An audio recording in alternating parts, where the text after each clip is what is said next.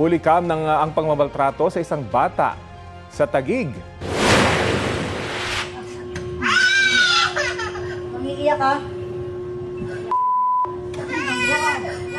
Paulit-ulit na sinapak at sinipa ng babae ang 3 taong gulang na batang yan sa isang bahay sa barangay Western Bikutan sa Taguig kahapon.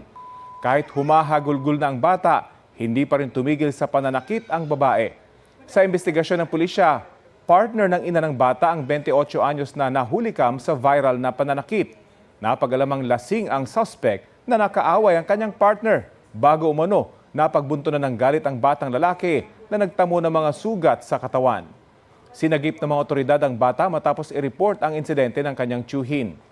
Ligtas at nasa maayos ng kondisyon ng biktima na nasa kustodiya ng Taguig City Social Welfare and Development Office. Tumanggi naman ang ina ng bata na ireklamo ang kanyang partner. Kaya makakasama siya ng suspect sa mga sasampahan ng reklamong paglabag sa Special Protection of Children Against Abuse, Exploitation and Discrimination Act. Tumanggi magbigay ng pahayag ang suspect.